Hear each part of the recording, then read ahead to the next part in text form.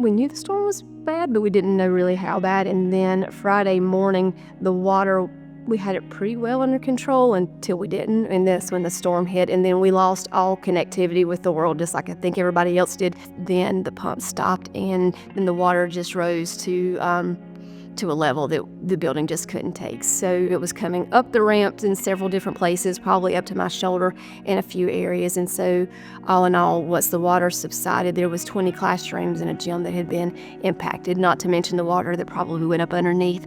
It was amazing. I mean, 66,000 square foot building, 46,000 square feet were flooded.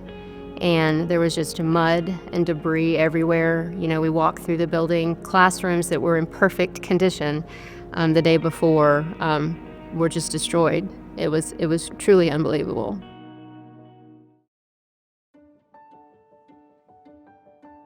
You know, you look at what are large places that can hold schools, and two of the very first ideas and things that came to our mind, which I think a lot of people thought about too, was the Valle Crucis Conference Center and Caldwell Community. The thought process for inviting the school here was a no-brainer. It was clear that this was our calling, that we are neighbors, and that's what we're here to do. So I was waiting on the principal's call. And if she hadn't called me, I would have called her.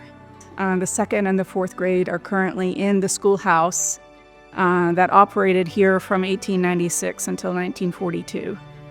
So we feel like everybody's coming home. And it's been wonderful to be in places, to have school. It's even more so wonderful to be in places where people want us.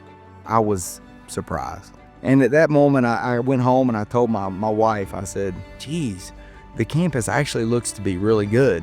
And she said, well, they must need it for something.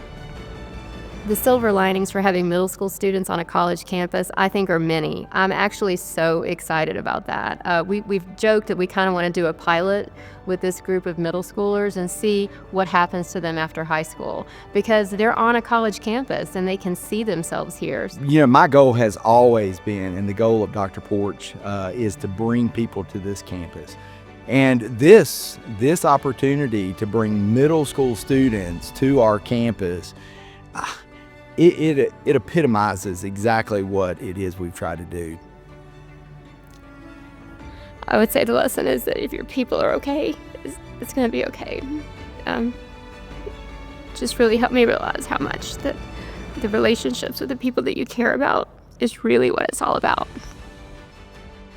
Seeing the kids' smiles and the happiness of the kids on a daily basis coming back to school makes it solidifies that we're doing the right thing by kids, and that they are here, they are loved, they're taken care of, they're getting meals, they're getting an education, and that's why we do it. And if it's not about the kids when they're in the wrong profession, but it's also great to have these kids in a place in all of our locations that is warm and it's welcoming. I really feel like people will look back and say, this is what this community hub is meant to be.